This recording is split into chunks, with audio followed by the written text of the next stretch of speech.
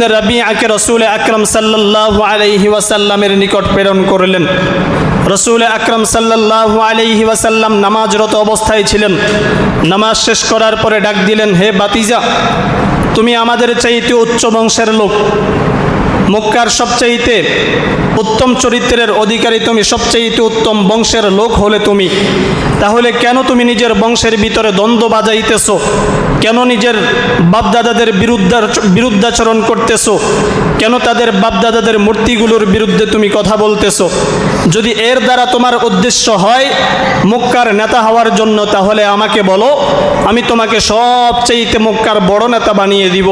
তোমার কথা ছাড়া কেউ উঠবে না, তোমার কথা ছাড়া কেউ বসবে না, তোমার কথা ছাড়া একটা গাছের পাতাও জড়বে না। বলো, আমি তোমাকে মক্কার সবচেয়ে বড় নেতা বানিয়ে দিব। যদি এই দ্বীনের দাওয়াত দ্বারা যদি তোমার উদ্দেশ্য হয় মক্কার সবচেয়ে সুন্দর রমণী, তাহলে বলো, আমি তোমাকে মক্কার সবচেয়ে সুন্দর রমণী এনে তোমার সামনে হাজির করে দিব। রাসূল আকরাম সাল্লাল্লাহু আলাইহি ওয়াসাল্লাম উতবা ইবনে রাবিআকে কোরআনের আয়াত শুনিয়ে দিয়েছেন। উতবা ইবনে রাবিআ নিজের গোত্রের কাছে গিয়ে বলেন, খোদার কসম, মুহাম্মদ আমাকে এমন একটা বাণী শুনিয়েছেন যেই বাণী দুনিয়ার কোনো মানুষের কথা হতে পারে না। লাইসা হাযা মিন কালামিল বাশার, এটা কোনো মানুষ রচিত কালাম না।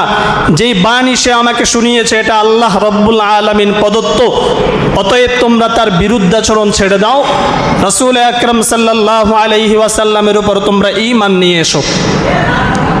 উতবা ইবনে রাবিআ ছিল মক্কার কাফেরদের বড় লিডার। তাকে পাঠাইছে রসুলের নিকট। রসুলের কোরআন তেলাওয়াত শুনেই রসুলের পক্ষে চলে গেছেন।